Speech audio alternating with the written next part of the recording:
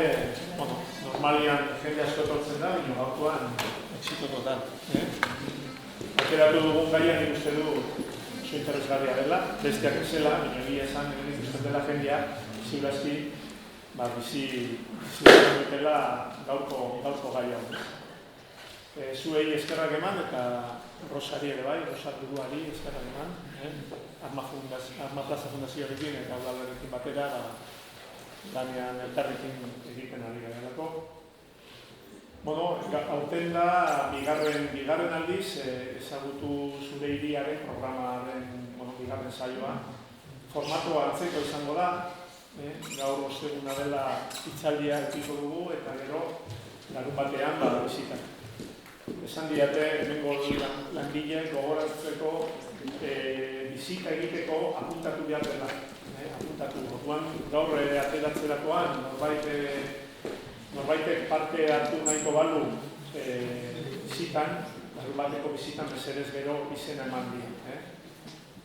Derrigorrezkoa da.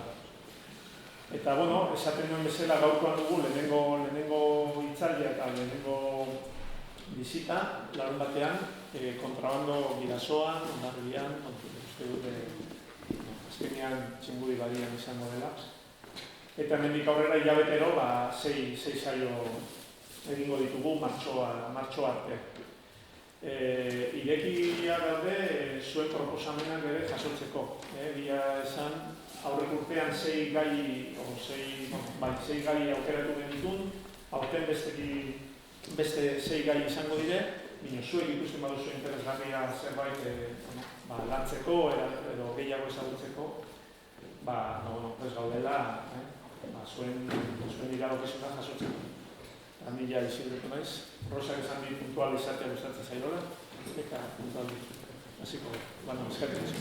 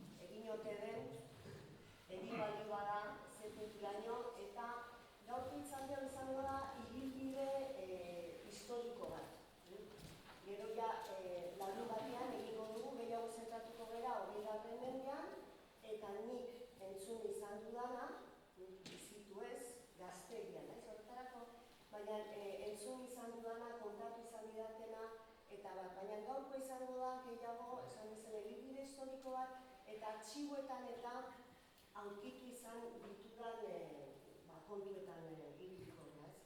Baina, hasteko jakin beharko dugu zer ote den kontrabandua. Zer da, hortik hasi dut. Helduian Euskal Hiztegiak hau dio. Debekaturik dauden edo dagokien aduana zerga ordaindu ez duten salgaiak importatu edo esportatzeari deritzo kontrabandua. Baita delako salgaia berari ere. Hemen termino desente baditugu. Alde batik daukagu debekaturik. Beste badaukagu aduana zerga ez ordaintzea. Beste badaukagu importatu edo esportatzeari. Eta azkenik ez hori bakarrik baizik eta saltzea ere, guzti hau saltzea ere kontrabandua. Oso zabala da, importantea da, jakitea.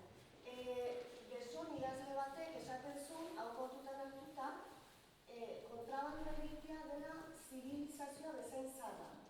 Zibilizazioak martxan hasi zirenean, existitu orduko hau da neolitora jutegia, hortikan, oso aspaldiko kontua, hori ez, zibilizazioak existitu zirenean ja kontrabandua existitu zela.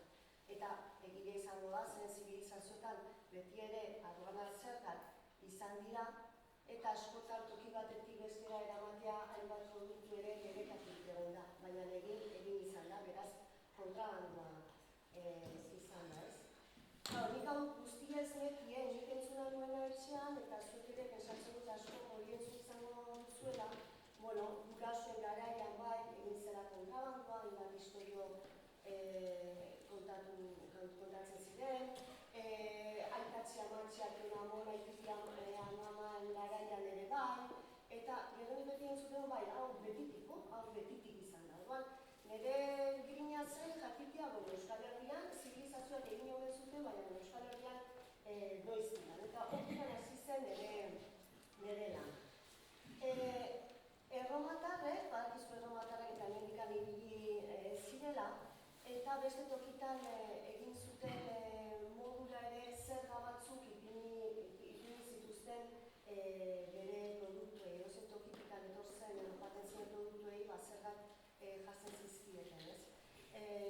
Jarri zuten ere muga bat, Hispania eta Galien arteko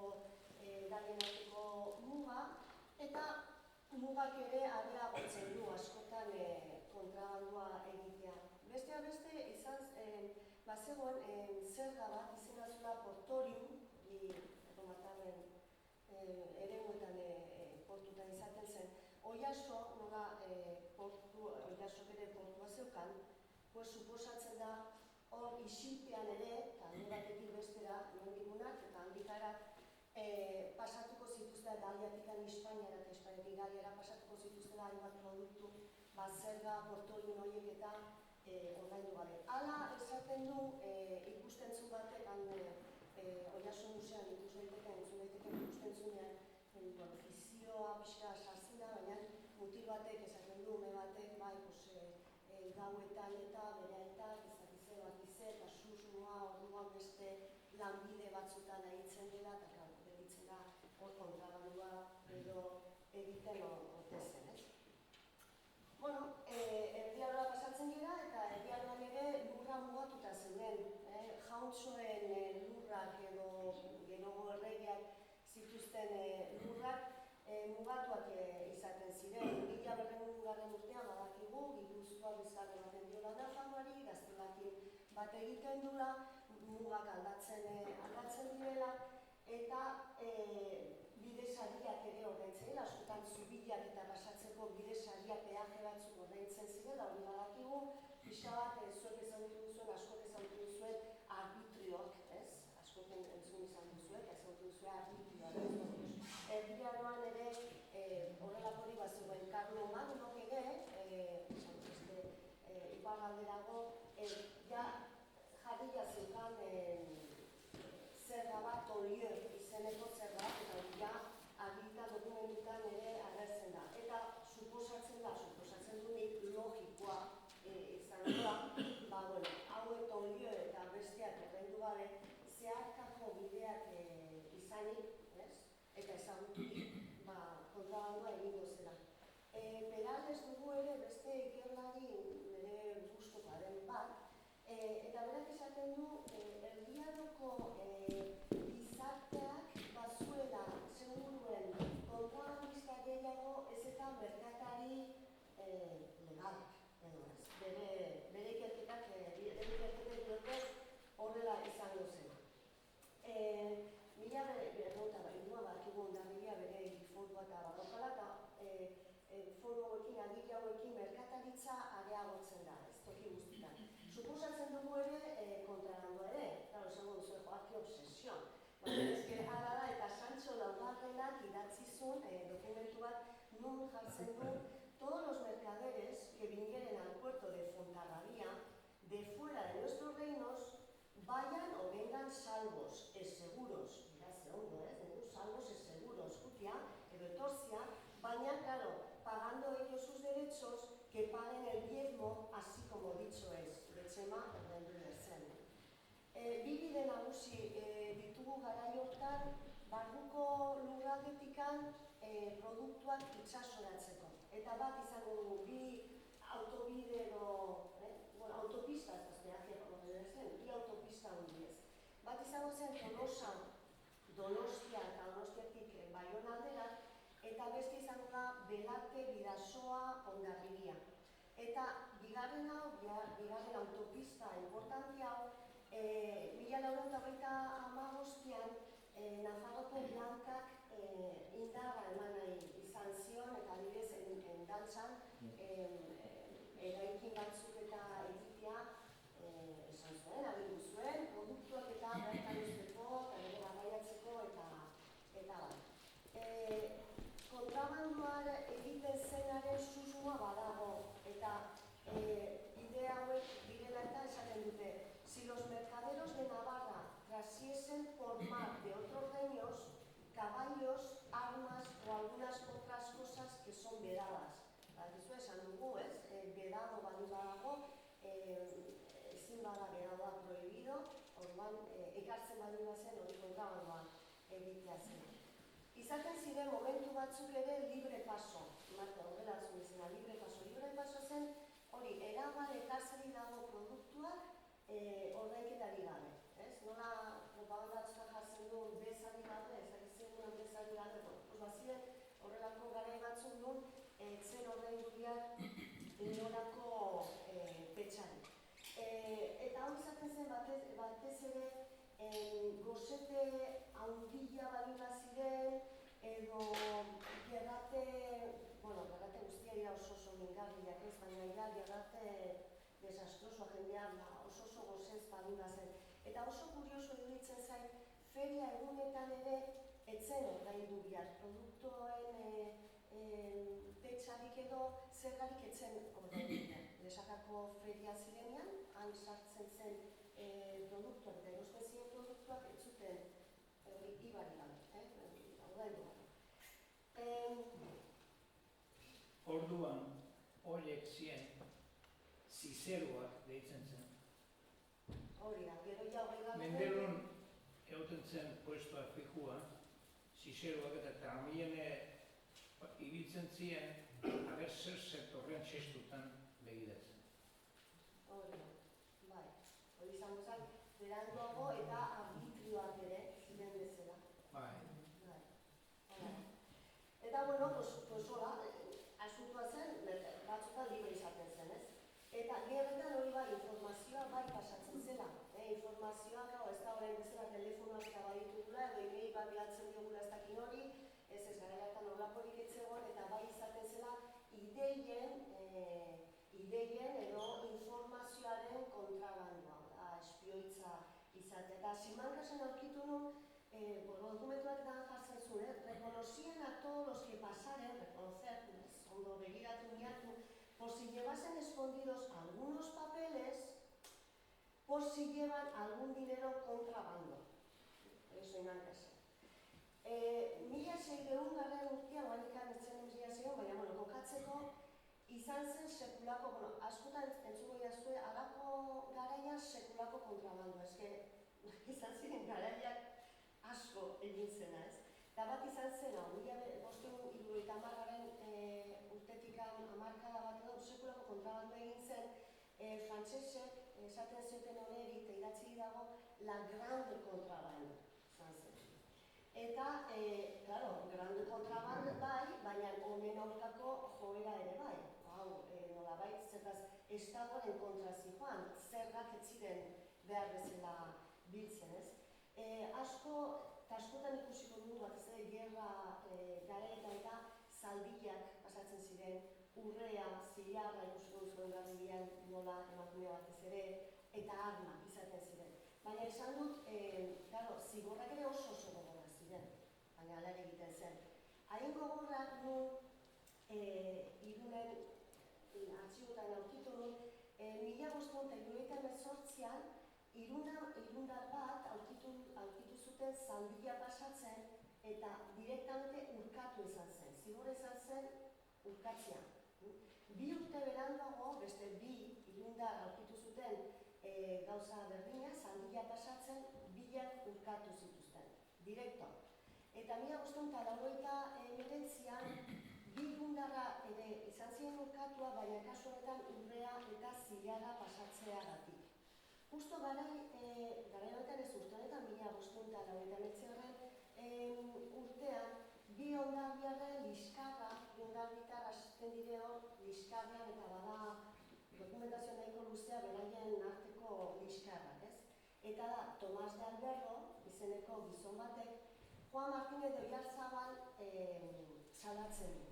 Eta salatzen du, zen esaten du Tomasek, Juan honek Inglaterratik, tokitan da, eta tokitan zen gara hartan, ez? Inglaterratik txalen larrua kontrabandoz ekartzen zuela. Eta orduan salatzen du. Auskalo horra azpilan zer zehon, ez? Gero beste gaietan bezala, bibilak edo auskalo zer zehon, ze jaleua zuten beraiek. Urrea Zilarra esan dut, ez? Asko pasatu zela. Eta Hondarribin ere, beti saiatu naiz Hondarribira ekartzea, eta Hondarribiko Clara Etxeberria, Garridok eman zuen hitzaldi bat, eta berak esan zuen Etxeberria abizena, bai dela aspaldi oso Hondarriaga, ez?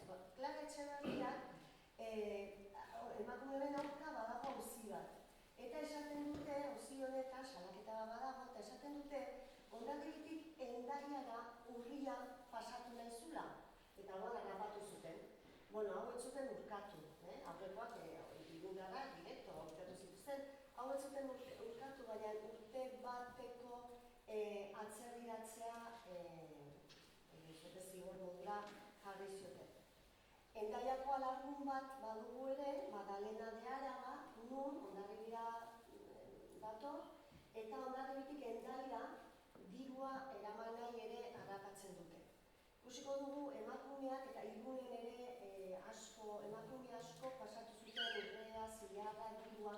Nik esatzen du izango dela zertaz toki txikian eta oso toki berezietan eramaterik dago horrelakorik. Emakume desente daude horrelakoetan harrapatuak. Bueno, beranduago, Maria Ignacia de Lizarzaburu salatzen dute eta kartzelara eramaten dute, eta beranduago ere Hondarribiko Tomas de Ostiz eta bere alaba zen Ana Maria harrapatzen dute dirua eraman nahian Hendaira. Ama alabak ari ziren kontrabandoa. Hauek, klaro, esan dugu, Zaldila, Urrea, armak ere baziren, dirua, gauza potenteak edo, baina oso argigarria edo oso unkituta gelditu nintzen, irakurri nuenean beste, Maria Tomasa izeneko Azpilikueta emakume bat juntzen Oiartzundik Donibane Loitzunera, eta bueltarakoan harrapatu zuten, lehankarrizik joala, eta harrapatu zuten kontrabandoarekin. Zer zeraman emakume Maria Tomasa honek kontrabandu bezala? Bajatzen du 2 pedazos de lienzo viejo. Ni oso unkituta gelditu nintzen. Esaten jo, Oiartzutik, niri, garaiakan oso ditzen zuten dira, Oiartzutik Donibane Loitzunera jun. Han, erosi, oiala, baina ez oiala primerakoa, eta lienzo viejo, ondo beharrean egongo zen emakume hau ez, gero bueltan harrapatu eta horrekatu zitzaion, Maria Tomasari, gabe lienzori gabe etxea. Garai guzti honetan, Nafarroan berak esaten duen bezala, gerogo izango dugula Zizeroak eta, berdin gertatzen zen, bazede bulego batzuk eta hauei deitzen zitzaien tablak. Tabla, Nafarro osoan bazeuden tabla deritzan, bulego hauek eta han ordaindu jazen. Merkatariek pasatzen ziren handikan, eramaten zuten produktuak, ordaindu zuten bere zerga ez. 1630an adibidez, 91 tabla ziren Nafarro osoan. Susmenezeko pila iruditzen, asko iruditzen zain. Etxalarren bazeuden hemen, beran ere bai, esakan ere bai, bortzibitan beran ere bai, igantzen ezi bestetan bazeuden. Hondarribira handikan, Hondarribira etortzen ziren produktuak, ere bai. Eta ondare betit asko, gaina badakzue garizima garaian eta arraia jabiar izaten zen, eta harrapatok izan ziren arraia eramaten ondarribiara, baina azpilan beste zerbait ere, bai. Normal. Garai hontan ere ezaztu Ameriketatik ere ekartzen zirela produktuak. Eta ekartzen zen, batez ere, patatak, eta baina baita ere tabakoa, kakaoa, eta konturatu ziren, gobernatzaileek konturatu ziren, hoiei zerta jarriz, sekulako dirua ere jasotzea izan zutela. Eta orduan taksatuak izaten ziren. Eta tabakoa ere taksatu izaten zen. Adibidez, Eurotikan hegoaldera askoz ere garestiagoa zen tabakoa, ez eta iparraldera. Eta Frantzialdean, orain ere bai, hegoaldera eta Frantzialdean, ere bai askoz ere garestiagoa zen tabakoa.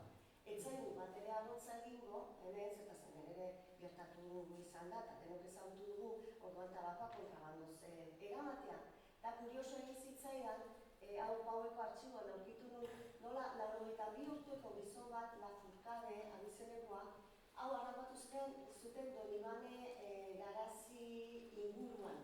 Harrapatu zuten, eta, pakete bat zeraman, eta ja zer zeramana, etzekiela, nola etzekiela, ireki eta tabakoa zena. Berak etzekiela, ez?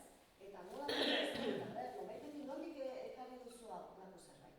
Eta esaten, ez, aurkitu dut emakume bat, xarmanta, esatzen dut, emakume xarmanta bat, eta arek zeraman zama hau eta nekatuta zegoen, eta nik esan diot, ja nahi zuen laguntzea eramatiarik Donibanera.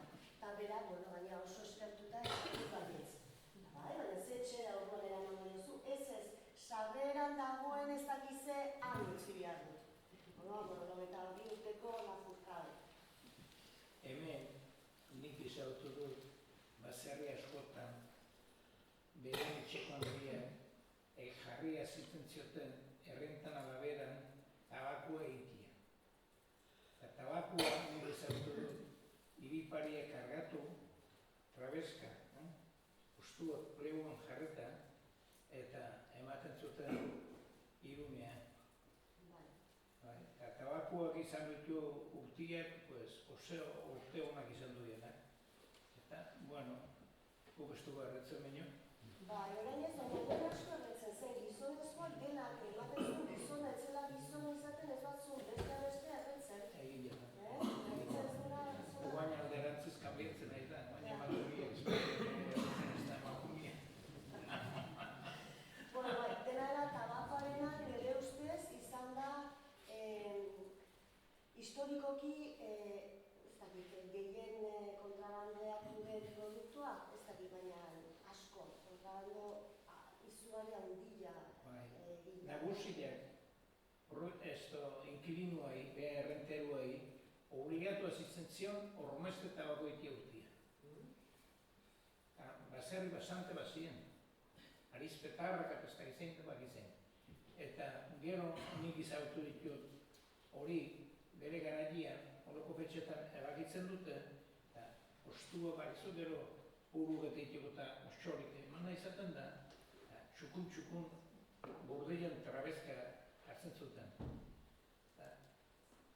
Baserritarra konten izaten zen, eta gero, beste baserritar bat ematen zuten akuman beti bihartzun ziarrua, puntak entzen zizkotena, maso batekin matxakatzen ziren, eta arekin tabakoin eta konten alitzen zen akuna.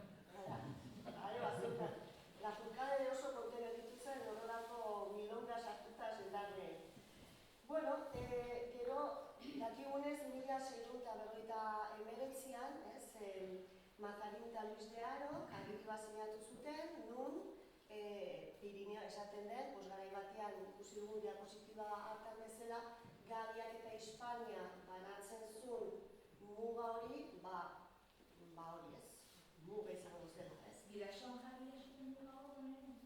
Bai, jarria zen, bidasoa, zer esan nahi duzu? Hemen zago muga jarria Galia eta Hispania bezala, edo iparrako edo nola zago? Ez, egin zuten muga, eta horrela jaso, eta 2. artikuluan jasen du. Los montes Pirineos, que habían dividido antiguamente las Galias de las Españas, había también en adelante la división de estos dos mismos reinos. Gertatzen da, egon zirela berreun urte, 1856 urte arte, mugarriak zehatz-mehatz nun jarri behar ziren elkar konpondu gabe, gero liskarrak izan ziren, Elizondo eta bat, eta bat. Lehenengo mugarria daukagu endalzan, eta handikan hasten da. Nik ere zautu ditut, baserriak guardak, mugarriak erakusteko, baserritarra joaten, Frantziko eta Espainiako mugarriak erakusteko. Hantzen da, bai. Eta, bueno... Oiartzun eta botan ere, bai, zera. Oiartzungo mugako mugarriak, beste Naparrokoekin, eta errenteguekin. Gaur egunean ere badakit Iringo Oiartzainen hortan ibiltzen. Oanik behatzen dute, bai. Bueno, dena, garai honetan berriz ere, esaten da, hori, posgarandoa badagoela, eta aipatu dizuedan Perales horrek esaten du elizgizunak, apaizak, eta inkisizioa bera ere kontrabandoan aritu zela. Hori Peralesek esaten du. Elizgizonak eta, ikusiko du gero, 20. mendean, ikusiko dugu aritu zirela. Besteak bezalaxe, eta badaude anekdota presente. Bi hitzetan esan dizuet, Hondarrabiko kasu bat, konfesionario joan, karabinero bat, eta paketi pasatzen utzi zizkiola, pekatutaz. Eta apetxak, Hondarrabiko parroko zen orduan, esan zioan, horrekin edu hartzea, beuregi, handiena kontrabandistak, eta zu horrekin ez zu pekaturik. Horrekin ez zu pekaturik, eta egiten ez bauzut tontua zen. Bai, eta beste batek esan omen zion, ez, kontrabando egitea ez da pekatua, agarratzea bai. Baita ere. Bueno, izan genuen garai bat, nun korsarioak eta piratak eta horrelakoak itxasun eta ibiltzen zirenak. Eta hondarriarrak ere horretan ibili omen ziren, ez? 17. mendea daukagu, garai hontan ze pasatzen zen, gara, pixka bidea egiteko ez garila, olioa, uste duzu janaria direla, zilarra, jarraitzen du, kakaoa, esan dugu Ameriketatik, Bilbo, brea, zindak, artillak, beak, eta bar, ez? Badago agiri bat, 1690an, nun jartzen du, del Reino de Francia a esta ciudad, Hondarribia, a vender sombreros, candiles, bizarras, solafas, solafas de puertas, zapatos y otros géneros con cargas de contrabando. Orduan aritzen ziren. Antonio Gaiso Fernández alferez bat eta bere emaztea Rafaela harrapatuak izan ziren garai honetan, balearen 6 barrika urin. Garaiatan balearen urina oso garestia zen, oso preziatua zen. Hori, alferetzea zen Antonio eta bere emaztea Rafaela, balearen 6 barrika urin Frantzitik Hondarribira, zekartela harrapatuak izan ziren. Guevara honetaz asko daki, Nuestra Señora de Atalaya itxasontzia harrapatu zutela, hori da dakiena, eta harrapatu zuten 4.852 zilarrezko errealekin. Exagerazio bat, asko dago. Eta zergatik, edo norena, edo zergatzearekin, esan omen zuten, Baionako merkatari batzuentzat omen zela, biluna.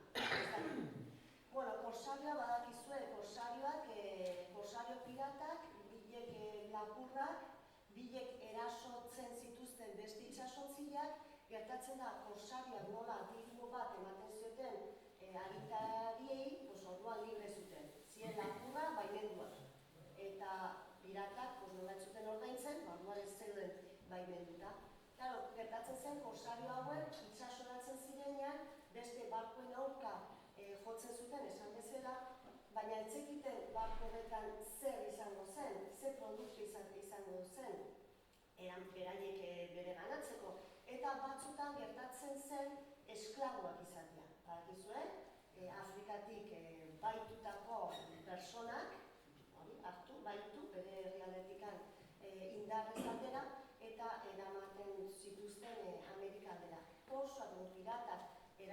baldin bazuten eta esklaboz beteta baldin bazen itxasotzula, ura lapurtzen zuten ez.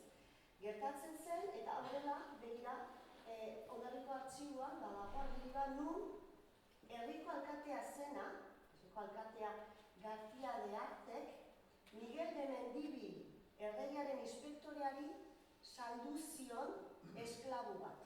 Eta esklabu hori saldu zion eta esaten du que era habido en buena guerra. Orduan, bueno, hau kurioso, medio oso harrigarrien zitzenan, ziburu bazen gizon bat amaikabeatz deitzen zioten, nunbait amaika izango zituen, amaikabeatz, eta hau asko ibiltzen zen esklaboa Larroxelen askotan saltzen ziren, han izaten zen merkatu handia, eta saltzen ziren eta bera ikasi zituen ziburu aldera eta gero pasatzen zituen edo berak edo, bueno, protagonista taldeak edo. Eta zer egin esklabuekin? Zertaz, hemen zegoen lege bat nun agotia mairuak beheltza zen gehiago, hemen ezin ziren bizi, zeren berezkanpo zeuden. Askotan eramaten ziren, esaten dutenez, Andaluzia eta gehiena Andaluziara, eta baita ere Valladolidera, badaude agiria. Hortara, orduan saldut erosten ziren eta salsa guzti hau gure bidasoa inguruan gertatzen zen. Bueno, iristen gara 19. mendera. Batalla de Lepanto, hiru ontzi barko intzirela xenenen azpilegia bada, hortoko Elizonduan, hortxin zirela hiru barko handi para Batalla de Lepanto. Bai, Canal de la Mancha, seguro zartara izan du ez. Eta zartara handiak izan ziren 19. mendean. Zagit, nik dut impresioa irakurita pesta bat, 19. mendean gertatzen zenarekin, gerra batetik atera eta beste batean zeudela. Napoleon tartean, karlista bat, ataino bere bersotan esaten zuen, ez? Euskal Herria ez dago arrasatu gelditu zen, erabat desegina. Haundileken eguneko jakei esaten dut, oain ere bai, Bai, alaxe. Eta nahiko lan, ez? Hando baserritarra, konsume asko, eta etortzen ziren bando batzuk edo bat, eta dena fuera, kendu, eta... Bueno, eta gerra garaietan ere kontrabando asko izaten da, armak eta gauzei dena noski baietz, ez? Baina beste gauzak ere janarik eta azkanarik eta hori izaten da momentu. Eta berriro ere horren aurka ere zerbait egin behar zela, bete dira, aira kontrabandistak aldearekin jota fuego, ezautzen dituzuen, zuek ez duzu ikusi, bi hauen, ez? Ezagunak izan dituzu horiek. Bai, aski ezagunak. Horrekin zen leheno feria, Guardia Zibilik eta kontrabanduk behiatzen dituztenak, subastak horrekin zen. Garai batian. Arko ditu ditxio. Puntalian dago. Bueno, importantia da, argazkio jarri duz, eta eskaro, hau ez... Oko lani jartzen da importantia. Lanian hau ez? Bueno, lanian edo ez lanarik egiteko diru pixka pasatu. Barkatu, gure itxera, aurrena, hemen oaniko narbi denda badaukan otxoa, eta haren, hoien aita, Guardia Zibila zeon, eta soldatotik aparte pasatzen ustetik diru ematen zitzaion, eta konfesatzen joan zen Don Carlosena, pekatu zalakoa, eta Don Carlos esan zion, nola, hori eikin alduzula, zaiti beurde dielakorrik handiena. Bueno, hau, karabineruna importantia, hauek sortu ziren, edo gorra sortu zuen, 1829an.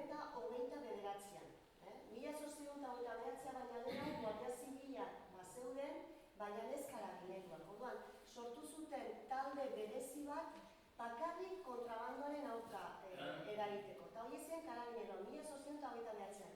Eta hauek ehunda, erresa da buruz ni memoria txabez du, baina hori buruan daukat, 111 urtez egin zuten lana horretan. 1940an desagertu ziren karabineroak. Eta Guardia Zibilek hartu zuten kompetenzioiek, kontrabandoan aurkako jotzeko kompetentziak. Iruditzen zait importantia dela, pixka bat kulturilla, kontrabandistika edo, zertaz gero, adibidez, itzeiten dutenean, bai, 70garren urtean, 50garren urtean, karabinerukin topoen denun, ez ziren karabinerua, Guardia Zibila ziren. 1829an, karabineroa sortu, talde bezala sortu zen, eta bere lan bakarra zen kontrabandoaren aurka jotzen. 1900 eta 40 arte. Gerra tartean eta ardoa, patxarra asko pasatzen zitzaien bando batzukoei edo bestekoei, kontrabandoz beti ere, isilpean. Eta, jarraitzen du, ikusten duzu hemen desberde, zilarra, urrea, dirua pasatzen dela, ez? Eta, esaten da, bai, hau dena itezela, para llevar, formar a Francia, horrela da. Esan dugu ere, tabakoa pasatzen zela. Esan dute nire ustez, nik ez da gehien hori izan dute den, gehien pasatu den kontrabandoz gehien pasatu den produktu ote den hori, baina urte askotan asko pasatu izan da. Orduan, zergatik jartzen dut hau? Zertaz iruditzen zait, gizon honen begirada oso berezia dela, ez? Oso argazki berezia da. Eta zertaz aurkitu nuen ere dokumentu bat, hemen Hondarriko artxiboa beti nun jartzen duen Bernardo de Zizpiagak kaputxinos inguruan gabarraz Hendaiatik una tabakoa ekartzen ari zula. Hendaiatik una, jartzen du. Orduan, esaten dut, hau gizona hau igual, bakizio pixkat, ez nola ametxetan, gizona honek igual, edo hauek, hemen azpilan, ondo dago eta horra horiek? Ondo, zara dut, hor azpilan igual pixka bat nola gora egin da? Hor gauza onderi ustotarek. Igual zerbait, ez igual ez. Garai batian izan duzen, Frantzitik onara kubierta ere bai eskotu zen. Eta etortzen ziren paketia arrosaiuk eta estampak ere bai. Eta gomazko perspektibuk ere bai. Modan zen. Eta frantzesak esaten zuten, espainolak ez dakitea hau da lanik eren. Frantzesako esaketen da. Hemen txaugazuek esaten duzu hor kontrabandorik ez dagoela, ez du itxurarik hor kontrabandorik izan. Kontrabandua beti izan da. Ez, baina hemen hor azpili hortan. Ez, horrek ez. Zo, kiloa sakarina toile gorko panela egin espinen tortzen ziren. Hortaz, hor kiloa sakarina ez da sartuko? Baita guzti, Hori ba. Hor hori batxatzen dien, Marko bere tripa horrekin du, horren azpilean. Hortzen gelditzen da, ez da git. Lehen kotxerik ez zeuden, baina horrako karbonatua eta bai izaten zirela. Eta ikusteko, garai hauetan eta zer pasatzen zen kontrabandoz, aurkitu zuten Irunen, gurdi asko gelditzen ziren eta askotan aurkitu izan zituzten, baina, adibide modura, momentu batean lau gurdi bi hartu ematen diote eta hasi ziren ondo miatzen da, ez? Eta denetarik harrapatu zuten. Denetarik eta badago deskribapen oso aldia esakaz, irungo, oso polita nun jartzen dut zer aurkitu zuten eze kontrabandoz, ez? Detaile askorekin, nik hemen ez dizuet detaileak esango, baina bai zer aurkitu. Adibidez, aurkituten zapelak, hori kontrabandoz, hori ezin zen erosita ekarri zapelak, kontrabandoz ekarri ez. Paños finos negros, forro negro de lienzo, telas de algodón, lana, cintas de seda, cueros de becerrillo negro, encaje bordado, vestidos de seda, hilo blanco, pañuelos de algodón, botones negros, botoiak garria ziren ere, ez? Peines de asta, nola pelikula batzutan eta peines sola de asta eta gizonak pintura zentatzen ez, katalonizean behin nola horrazten peinetas eta bat. Bueno, hainbeste ere, garai honetan berriz ere, hainbeste pasatzen zen, non Baionako merkatariak oso kezkatuta daude, claro, merkatari legalak oso kezkatuta daude, zertaz badago, nire gustatzen kontrabando baino askotan ez dut merkataritza paraleloa, merkataritza paraleloarek sekulako mina egiten nahi ziren, ez? Eta bildu ziren Baionako merkatariak eta Frantziko nekazaritzako ministroari idatzi bat egin zioten. Eta idatzi hortan, zati batean jartzen du. La contrebande est devenue une industrie presque générale pour la population de la frontière. Alde batik industria badela, industria potentzia, eta gainera orokortu zela, hemengo mugetan zerbait oso orokorra zela. Bueno, ja pasatuko gara, 20. mendera, nik hori ikusi dut. Ibarrineko aduanan, eta hango aduanako nik ikusita entzun dut. ¿Qué personas a declarar? Bien a declarar. Alizi. Horatzen. Bueno, 20. mendean berriro ere bi hitzak etimologikoki edo bere esanahia ondo ulertu behar dugu, ez askotan ere nahasten da eta ez da ondo erabiltzen, eta ez da ezer postatzen, ondo erabiltzen. Da, estraperloa eta kontrabandoa. Bi gauza desberdinak dira. Bilak legez kanpokoak, baina desberdinak. Eta kuriosoa da, estraperlo hitza nondikan datorren. Garai hontan, bazeuden bi gizon, eta batek bere abizena zen Strauss, Meselikinekin, eta beste gizonaren abizena zen Perlovitz. Strauss eta Perlovitz. Horrela ziren, nian dugua bezala, eta lagatzen zela. Bueno, eta hauek asmatu zuten tratamailu bat nun kasinotan erabiliz beti kasinoa gehiago irabazen zuen. Strauss eta Perlovitz honek. Eta martxan jarri zuten Donostiko kasinoa. Gertatzen da, hau kaleratu zen eskandalu hau, eta tartean Strauss eta Perlovitzek asmatu zuten, baina diru ere jarri zuen eta bat tartean, sasonen tartean, zeon Aurelio Lerruz gizon bat, gazte bat, gizon bat, eta hau zen garai hartako Espainiako gobernu burua zen Aurelio Lerruzen iloba. Orduan, denak kaleratu zen, eta oneri, gobernu burua oneri, esan zure, begira zure iloba, zertan den, eskandalita, eta gobernua sekulako jalego, gauden zer izanen ikusita zer den, hau etzen, minuta. Baina garai hartan, eskandalo izugarria izan zen. Dauan, Strauss, azari badu, Perlovitz, Perlo, Perlo, bat egin zen, eta orduan zen, hori ez, negozio beltza iluna itxusia. Eta Perlo erabili zen orduan janariak, garai honetan ekartea rafinamiento eta janari gutxi zen, eskasia handia zen, eta bazegoen janaria erosteko beste modu bat. Askotan agintariek manegatzen zuten beste modu hori, eta horreri deitu zitzaion Estraperlo. Estraperlo ere egiten zen asko mendialdetikan, Bortziko, Malerreka, Elizortik ere, mendialdetikan, tren txikito, batez ere emakumeak ekartzen zuten Irun aldera eta bar. Ez da bakarrikan hemengo kontua janariak, janari izaten zen. Alicanten adibidez ere, Alicanteko barrualdetikan, kostaldera zijoan beste trenet deitzen zuten, trenet bat bazegoen, eta han kontatzen ziren gauza berdina. Zirela emakumeak, eramaten zutela beraien, aserriago ez dute basarri izena, baina hango beraien etxetikan, produktua janaria, ez beraiek egia da, eta hemen ere esaten dute gozea gerra ondoren, gozea herritan etzela pasa, beti gauza berdintzua jaten, baina gozea pasa ez, baina ez hirietan gozea pasatu zen. Orduan, horrela erratzen zen. Aman komunian Alicanteko treneten joaten ziren emakume hauek eta Bidasoaldeko gure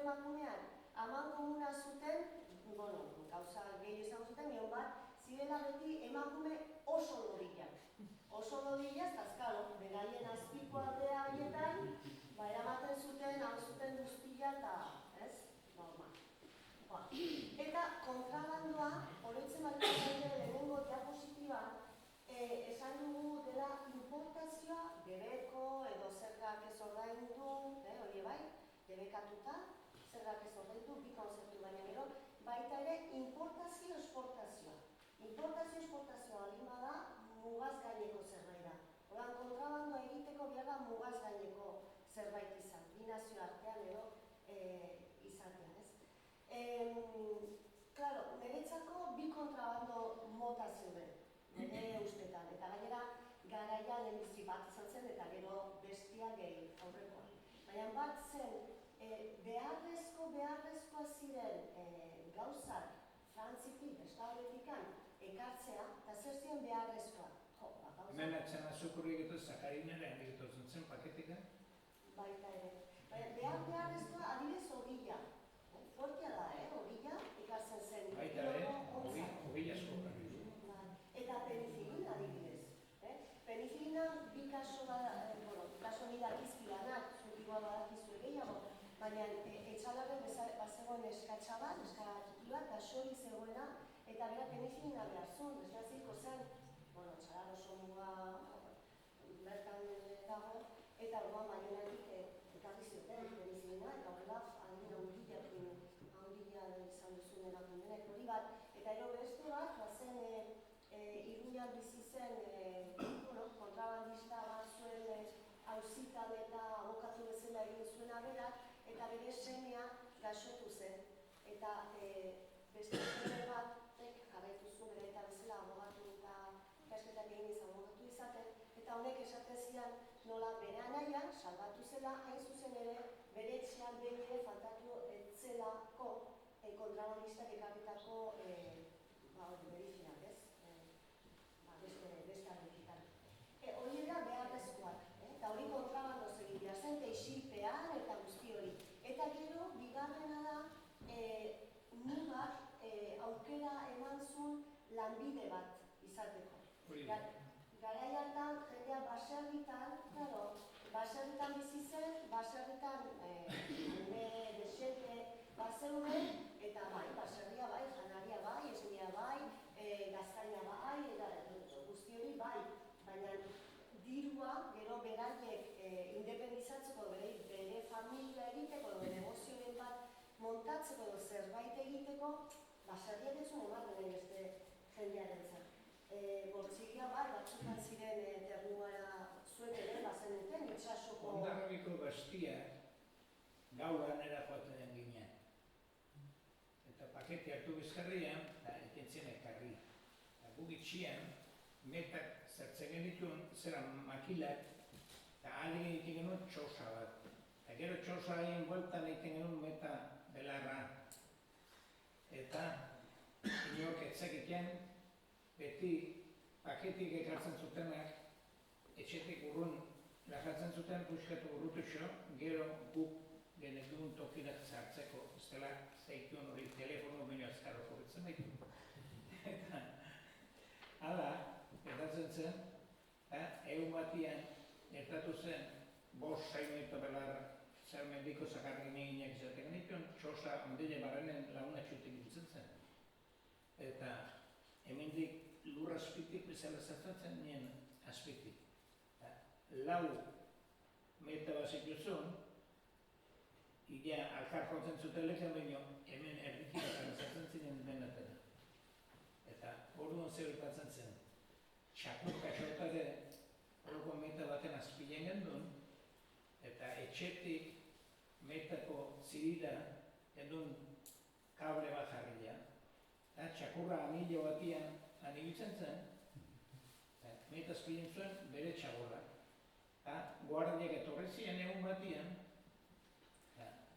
hasi, zerbait usandura bazuten, hasi eta nire txakur hori zartu da metan azpira, eta guardiak metan azpira zirigatza zartu diet zer, geroztik, kilometro ordi bat olenote guardiak edo zienate, usaiatzen zuten eta zartna gara guardiak ementu.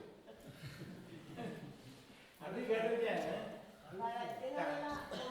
Aietu ginen, erremuntz, Jaizkibelko aurreno kastillo hortan bakarra biltzen, eta gure txakurren zangat, hemengo aire zen, eta ezagutzen edun zangatik, karabineru zen, obeste launa zen. Arreba itxu gendun, etxian, arreba zarrana, eta eskopeta tiro batekin kamamillo biltzera joan, eta beste anaiki guak gerra denboratzen, eskopeta errapatu, kentzako diotik da, pau. Eta emezor zurteko arreba itxutu, eta dituzen. Eta arei ezker, guk zazpizema labadauzkagu, eta denak porsik hasi zituen, eta korrik eskapo potentzion orduan, eta beste bat ez du zekarri behar. Baitiak, arek asko lagundu zigun. Eta esan dena,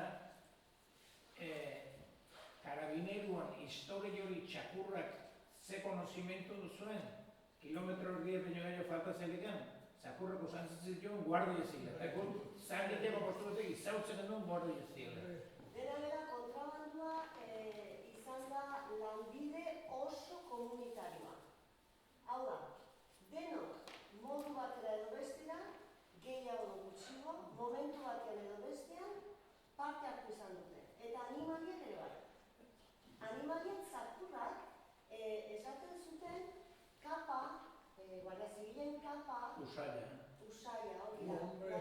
Eta kontrabandista, beraiek ere, kontrabandistak usaimena, entzumena, ikusmena oso garatua zuten.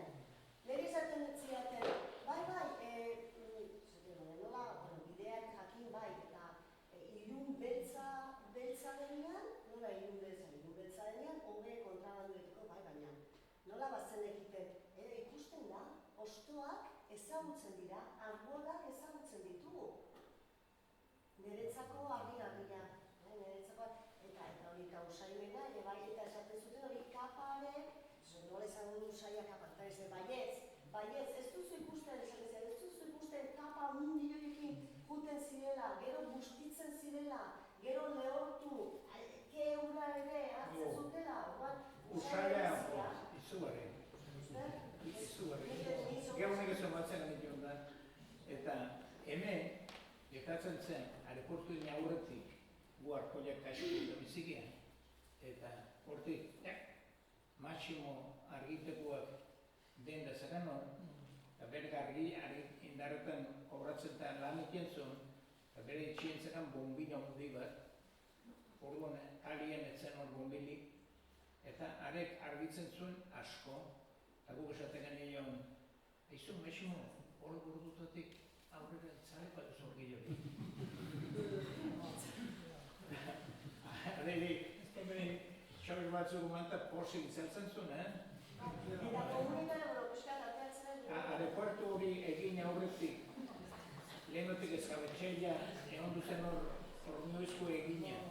Haren gainean entzuten aeropuertu hori. Eta zer dela eta hor zera parejak eta joaten zen, eskamutilek da hor barrena. Karakoloko xixari bilatzen edo. Zer dela eta hor kao primerak, betxeru biztu baizan argirik, argilean, eta bestie kontrolanduko zien adien, bazterre, eta zer dela eta eskako intzuten, paketik hartu ziusten, ari gezuten paketik orduan, hor frantzesaki zera pilekin zeina ikintzen, hola jarrita, esopetik, argile bestek ikusi gabe. Otsoa izapuan aurrena etzuen saldu nahi, gero diru denik gustatzen baitugu eta hoik ide baina,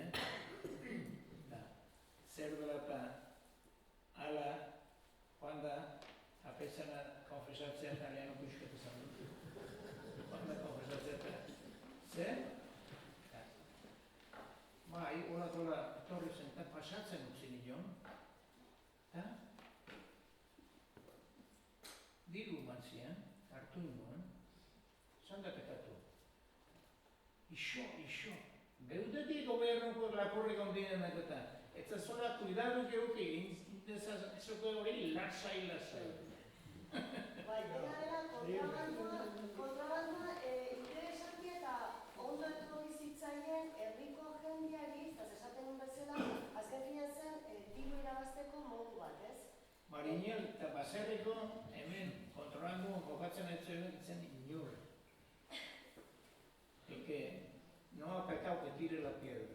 Bai, pero, es que ala zen, eta ez hori bat kontrabandi, jendeak zuen aukera bat kontrabandu eginez diru irabazteko, eta gero Guardia Zibilentzat ere ulertu behar da importante izan zena eta beharrezkoa ere bai. Oso importantia, oso sueldo bajo ziuzten, ezin txinbizi, eta gehi ez da txarra izaten zerbait ematen duena. Beraiek miseria bizi ziren, garai batean behintzat oso miseria gorrian bizi ziren, irabazten zutenarekin justo ordaintzerik omen zuten akopilo zuen tokian eta ezer gutxi gehiago, eta familiakin balin bat zeuden, nahiko larri, esaten dute eskolarako, hori beran kontatu zidaten, eskolara joaten zirela, ziren seme alaba, eta baserritik joaten ziren eskamutila bokadilua eta eramaten zuten. Eta besteak ez zuten bokadilak izaten, eta egoten duen ziren begiratzen Jose Goxua bestena. Enbidia. Orduan, persona hauei diru bat emanez eta beraiek, zen, honea begiratu beharrean, beste aldera begiratzea. La universidad enseña más que la universidad. Ez que beharra. Bueno, a ver, jarraituz, emakumeak behin da berriro aginez esaten emakumeak ere aritu zirela, ez? Bueno, hauek ez dira hori garen mendeko emakumeak, Edo, behintzat hasierakoak edo horrela, baina esan nahi dut, hau jarri dut zeren, ikusten duzu, ez? Zer matrona pasatzen, ozea idori. Hau ez da matrona. Eta hauek ere ez dira, eta hau ez da matrona. Eta horrelakoak ez gertatzeko, lehen esan dugu, karabineroa, mila berazio eta mila gero Guardia Zibilak, eta horrelakorik ez gertatzeko, matronaren figura sortu zen. Ziren emakumeak, nun, gero, begiratzen zuten, beste emakume hauek, potxoka hauek, zerbait eramaten zuten edo ez. Baina berriro berdin gertatzen zen, saiatzen ziren matrona hauek ere erosten. Hala izaten zen. Riena, deklaje, oaitik anontat jarraituko dugu, eta 20. mendean orduan, zuen generazioen zer pasatu zen? Ni